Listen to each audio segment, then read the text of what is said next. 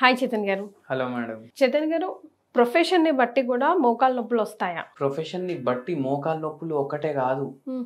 ప్రొఫెషన్‌ని బట్టి రోగాలు కూడా మారుతాయి. For example? ఎగ్జాంపుల్ అంటే ఇప్పుడు కంటిన్యూయస్‌గా కూర్చొని పనిచేసే ఉద్యోగాలు ఉంటాయి. హ్మ్. మళ్ళా కొందరికి బరువు కూడా ఎక్కువ ఉంటది. హ్మ్. కొందరికి నార్మల్ ఉంటది బరువు. హ్మ్. కంటిన్యూయస్‌గా కూర్చొని పనిచేసే ఉద్యోగాల్లో ఎట్లా? ఇప్పుడు రైల్వే డిపార్ట్మెంట్‌లో పనిచేస్తున్నారు. బ్యాంక్‌లో పనిచేస్తున్నారు. కార్పొరేట్‌లో పనిచేస్తున్నారు. ఏమైతది? పైల్స్ వచ్చే ఛాన్సులు పెరిగిపోతాయి. హ్మ్. కంటిన్యూస్లీ కూర్చొని ఉంటాడు కదా మనిషి. హ్మ్. ఏమవుతుంది?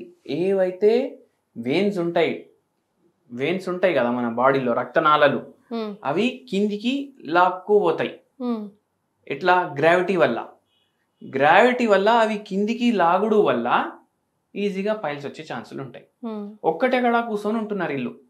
8 గంటలు కూడా కాదు. 8 గంటలు అనేసి ఆన్ పేపర్ ఉద్యోగం ఉంటుంది. హ్మ్. 12 గంటలు, 16 గంటలు కూడా పని చేయించుకుంటారు. హ్మ్.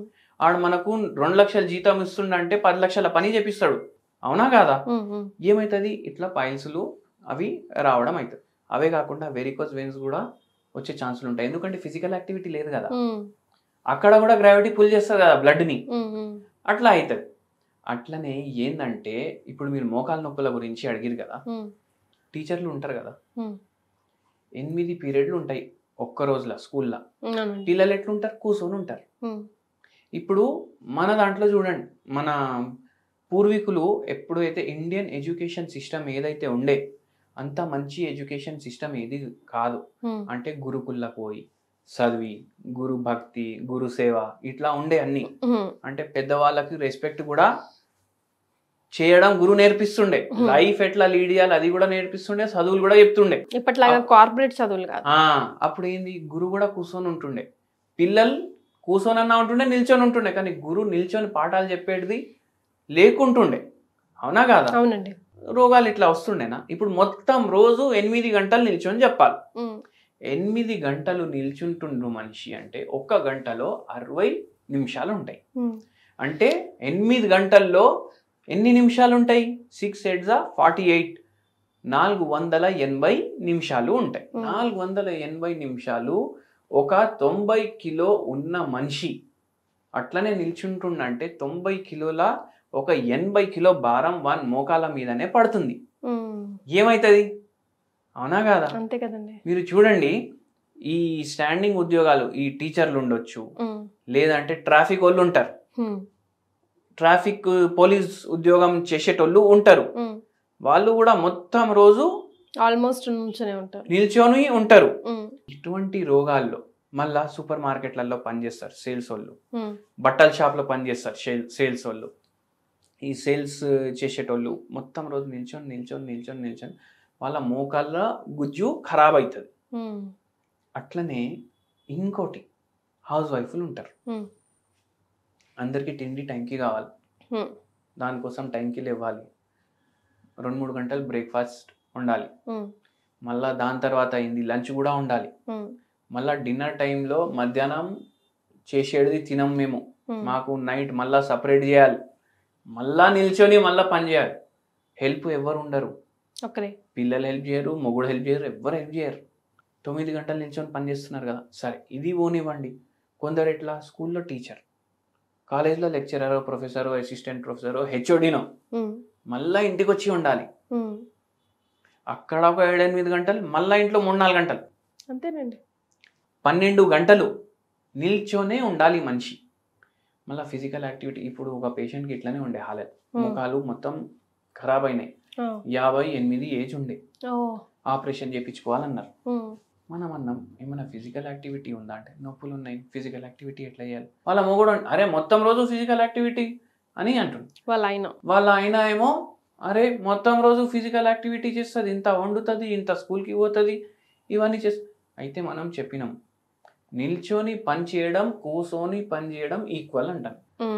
కూర్చొని పని చేసినప్పుడు హిప్స్ మీద పడుతుంది బరువు, నిల్చొని పని చేసినప్పుడు మోకాల మీద పడుతుంది. ఎక్సర్సైజ్ ఎక్కడైతుంది? అదే. అవునా కదా? మీరు ఏం చేయండి, మీరు మీ మిసెస్కి హెల్ప్ చేయండి వంట గదిలో, మీరు కూడా చేయండి, మిసెస్ కూడా చేస్తారు, ఇద్దరు కలిసి చేసుకుంటే తొందరగా అవుతుంది. అరే నేను మొత్తం రోజు పని చేసి వస్తాను కదా అనేసి అంటున్నాను. ఈమె కూడా పని చేస్తుంది కదా, మరి అవునా కదా? సో అది మార్పు రావాలి, అండర్స్టాండింగ్ రావాలి. అట్లా అయితే ఏమవుతుంది, ఈ లేడీకి కూడా పని తగ్గుతుంది. పని తగ్గుడు వల్ల జర రెస్ట్ ఉంటుంది.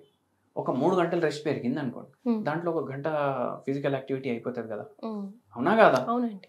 అట్లా మనం మోకాలు పాడు చేసుకుంటాం. ఈ పేషెంట్కి మొత్తం తగ్గింది మన దగ్గర మందులు వాడినాక. ఇట్లా స్ట్రెస్ ఉంటుంది.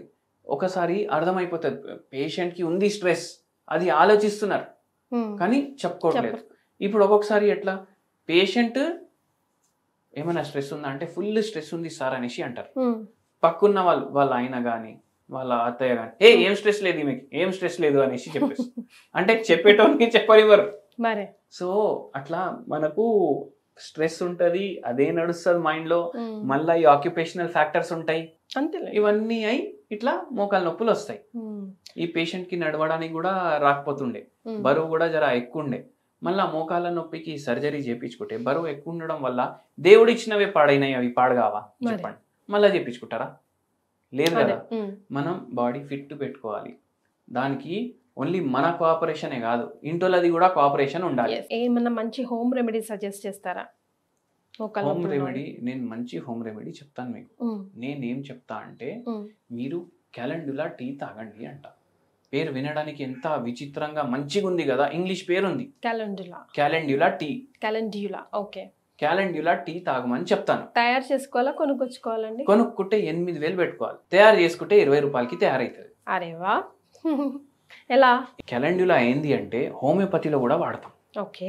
ఎట్లా అంటే ఇప్పుడు చిన్న పిల్లలు ఆడుకుంటూ కింద పడితే దెబ్బలు తగులుతాయి కదా, దానికి యాంటీసెప్టిక్ లాగా డెటాల్ కాకుండా మీరు క్యాలెండ్యులా మదర్ టించర్ అనేసి మెడిసిన్ ఉంటుంది, అది కొనుక్కొని డెటాల్ బదులు ఇది రాస్తే యాంటీసెప్టిక్ లాగా పనిచేస్తారు. ఓకే. డెలివరీ చేసే గైనకాలజిస్టులు ఉంటారు కదా, వాళ్ళు సూచరింగ్ టైంలో ఎప్పుడైతే వాళ్ళు సిజేరియన్ చేస్తారో అప్పుడు కూడా క్యాలెండులా వాడతారు. అయితే అంత పవర్ఫుల్ ఉంటుంది, యాంటీ ఇన్ఫ్లమేటరీ ఉంటుంది, యాంటీసెప్టిక్ ఉంటుంది. ఓకే. ఇది క్యాలెండులా అనేసి పేరు ఎంత బాగుంది.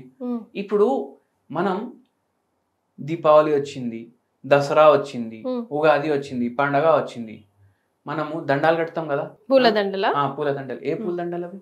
బంతి పువ్వులు కదా, బంతి పువ్వునే క్యాలెండులా. ఏం చేయాలి, వాటర్లో 2 బంతి పువ్వులు వేయాలి, వాటర్ బాయిల్ చేయాలి, స్టవ్ ఆఫ్ చేయాలి, దాన్ని ఫిల్టర్ చేయాలి, అదే క్యాలెండులా టీ. బంతి పువ్వులు నరాల నొప్పికి, లైక్ మోకాళ్ళ నొప్పికి, నరాల నొప్పికి కూడా పనికొస్తుంది. డైలీ 2 కప్పులు తాగండి, మంచిగా ఉంటుంది. మీకు రిలాక్స్ ఉంటుంది, మజిల్స్ రిలాక్స్ అవుతాయి, కొంచెం ఇన్ఫ్లమేషన్ తగ్గడానికి హెల్ప్ చేస్తుంది. మళ్ళీ దాని తర్వాత దీంతో పాటు మళ్ళీ మనం హోమియోపతి మందులు కూడా ఇస్తాం. So apart from homeopathy, doctor Chaitanya గారు సజెస్ట్ చేస్తున్న హోమ్ రెమెడీ విన్నారా? బంతి పూలని ఒక 2 వాటర్లో వేసుకొని బాయిల్ చేసుకొని తాగి చూడండి. మోకాళ్ళతో పాటు నరాల నొప్పిలో కూడా కొంచెం మీకు పెయిన్ రిలీఫ్ అండ్ రిలాక్సేషన్ ఇస్తుంది అంటున్నారు. క్యాలెండులా టీ మీరు డైలీ 2 కప్పులు తీసుకోండి, మీకు జర హెల్ప్ఫుల్ ఉంటుంది. తీసుకున్న వారు మీకు ఎలా అనిపించిందో కమెంట్ చేయండి, తీసుకునే వాళ్ళు ట్రై చేసి కమెంట్ చేయండి. Thank you so much for joining us.